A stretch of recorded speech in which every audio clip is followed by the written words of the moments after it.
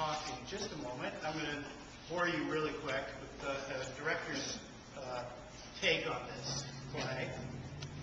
And I'm going to start by telling you just a very quick story.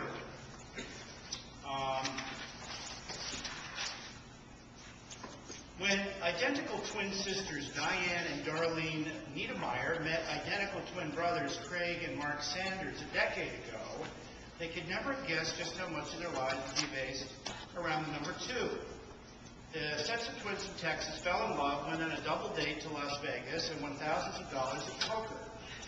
Sensing they were on a winning streak, they got engaged on the same day, married at a joint ceremony, and built a pair of homes side by side.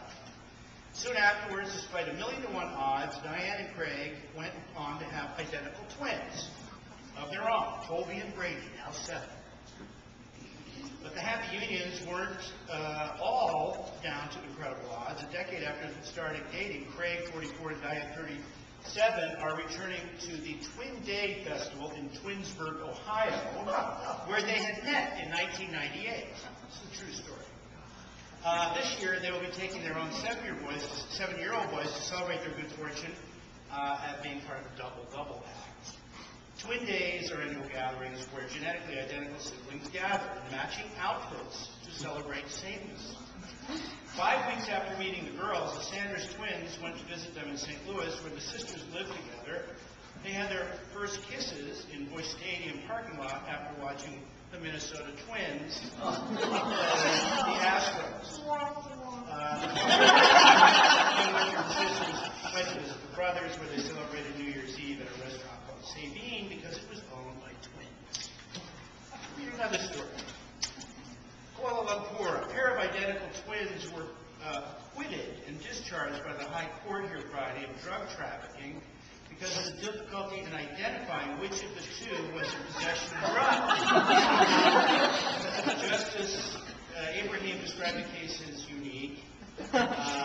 They looked like they made it difficult to differentiate between them, but there was no doubt that one of them was the culprit. My job is required by law to determine whether the prosecution has succeeded in establishing a case against the two. In this case, both are identical twins. But the arresting officer, Chief Inspector Sakren, when identifying the first twin, was skeptical, but when asked by counsel, said that he needed some time, was not sure. The arresting team at first could not identify, but later asked for both the twins to stand and said there was a difference in height. However, he identified the first two as the one wearing the first twin as the one wearing spectacles.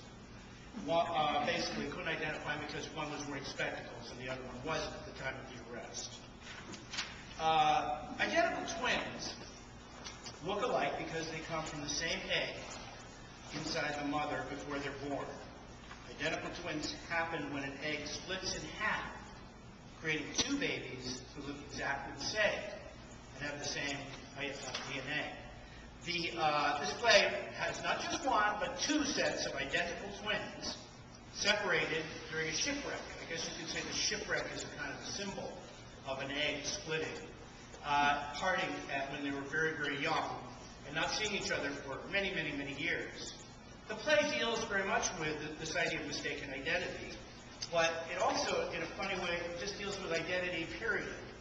This idea of thinking we know the world that we live in, a very familiar world, the world of our families, the world of our relatives, and then to suddenly be treated as a total stranger in that world is very much about what the play is about, and the people who are strangers being treated as if they have belonged in that world their entire lives.